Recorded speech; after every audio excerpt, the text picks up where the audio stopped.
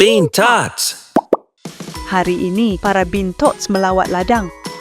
Mari kita temui haiwan ternakan. Wah, lembu ini besar sekali. Ia bagi kita susu.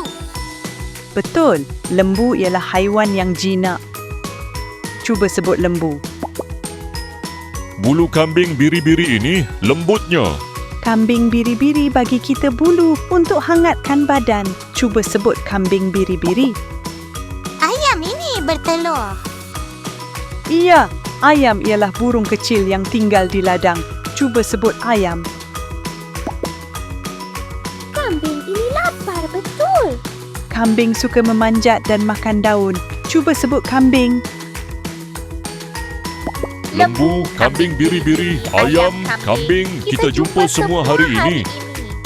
Bagus, ladang ini penuh dengan haiwan yang menarik.